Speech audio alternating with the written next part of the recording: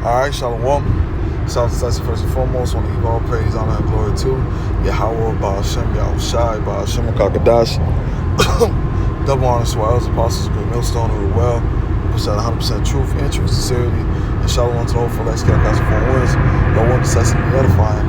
And the true name of the Heavenly Father, who the world ignorantly calls God, is Yahweh. Yahweh, which means He is, He exists. Ba'ashem, Ba'en. The Shum name, Yahweh Shai, the world ignorant called Jesus Christ.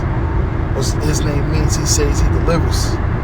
Which is what he's going to do for the nation of Israel, starting off with the elect. This is the book of Isaiah chapter 33 verse 1. And it says, woe to thee that spoilest, and thou was not spoiled. And dealest treacherously, and they deal not treacherously with thee. When thou shalt cease to spoil, thou shalt be spoiled. And when thou shalt make an end to deal treacherously, they shall deal treacherously with thee. That's right. And the first thing that comes to my mind, really, is when those Spaniards, they came to the Americas, and they was messing with NK. NK was teaching them, which NK is Northern Tribe. Northern Tribe was teaching them how to use the terrain, how to get food, and all these things. And he ended up, which is Esau, ended up stabbing him in the back. Woe to thee that deal treacherously. Esau, Edom, the so-called white man. Edom, which means red. Esau, which is Ishashua, which means wasted away is he. What is wasted away? His pigmentation. And if you didn't know, Esau, Edom, the so-called white man, he is the devil. He has dealt treacherously with us from generation to generation to generation to generation. The scriptures speak on how he has a perpetual hatred against us, man. And this man has a judgment that's coming for him. He's not going to get to ride away in the sunset and with a cold breeze and a lemonade. He's not going to get to walk away without going down for the things that he did to the nation of Israel. Which you Negroes, Latinos, and Native Americans, you make up the 12 tribes of Israel. The Lord is in your favor. And the Lord is going to judge Esau, Edom for the sins that he has done to the nation of Israel. And not only Esau, Edom, but, these heathens as well, because these heathens had a part in it. But Esau, he was the main one. He was the main one. And that's why the Lord is going to judge him the worst. After 1,000 years, eradication. His house, when you read, what is that?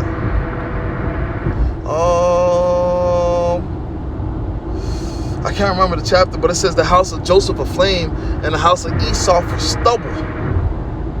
It's not going to be no more Esau. It's going to be like a bad dream after the Lord gets done with him. After we get done with him, put him in captivity for 1,000 years and him being a servant unto us. His whole nation will be eradicated, erased. Not even a thought. This is the book of Zechariah, chapter 1, verse 15. It says, and I am very sore displeased with the heathen that are at ease, for I was but a little displeased, and they helped forward the affliction, right? The Lord was displeased with us. He was displeased with us because we went off. We sinned against the Heavenly Father. We ain't hearkening unto His commandments, and that's why we're in the predicament that we're in to this day, because we ain't listened to the Heavenly Father. But hey, these devils forward the affliction. Go look at a slave movie. Go look at things that they did. Drown towns, pick a nigga, was picnic, pick a nigga, hanged, lynched, butt breaking. They forward the affliction. Yeah, the Lord was mad with us, but they took it to a whole different extent. They took it to a whole different level. And the Lord is going to judge these heathens, man. The Lord's going to judge Esau for the things that he's did, man. For what he did to the nation of Israel and the things that we don't even know that he did. The Lord's going to get him for, man. The so-called white man is not getting away with the bullshit that he's been doing, man. He is not getting away with it. There's a judgment coming for him, man. There was a judgment coming for him. And the scriptures tell you that. When you read Revelation chapter 13, verse 10, it lets you know, he that leadeth into captivity or led into captivity by them shall go into captivity. So that's plain. You lead into captivity, you're going to go into captivity. Once again, there's no gray areas with the Lord. It's either yay or nay or nay. The scriptures already tell us the Lord is not the author of confusion. Once again, Revelation 13 and 10. It says, he that leadeth into captivity shall go into captivity. He that killeth with the sword must be killed by the sword. He killed with the sword.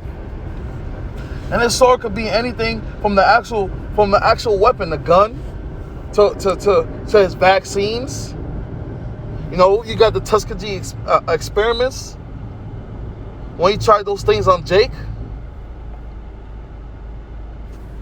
Once again, he that killeth with the sword must be killed with the sword. Here's the patience and the faith of the saints. There's an impending judgment coming for Esau, Edom, the so-called white man. He's not going to ride away in the sunset. He's not getting off easy. He is not getting off easy. All the things that he's done that we know and we don't know, hey, the Lord is going to judge him for that, man. He's going to get judged by Yahweh, by Hashem Yahweh Shai. The Lord is going to judge Esau, Edom, and these heathens for the things that they've done to us, man. And these Edomites, you know, they think that they're going to be able to escape the judgment of the Heavenly Father. But when you read Amos chapter 5, it says you lean your hand on the wall and a serpent bit you and you try to flee and a lion chased you, roughly paraphrasing. There's no escaping this judgment, Esau. There's no hiding from this judgment. There's no escaping the impending judgment that's coming. You know, you think that you're going to be able to escape. You at least think you're going to be able to escape in these bunkers and all these things. You just don't know. The Lord got you in a fucking trick bag, man. Go hide in the bunker. Because you're going to be the first fruits of slavery. Because when you read Amos chapter 9 verse 2, it says, though they dig into hell, then shall my hand take them. Though they climb into heaven, this will I bring them down. There's no escape. You could go into the ground all you want. You could dig your bunkers, but guess what?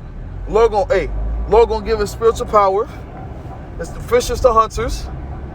And we're gonna get you out them bunkers, and you're gonna be the first fruits of slavery, man. There's no happy ending for the so-called white man.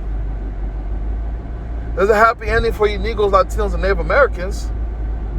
But there's no happy ending for the so-called white man.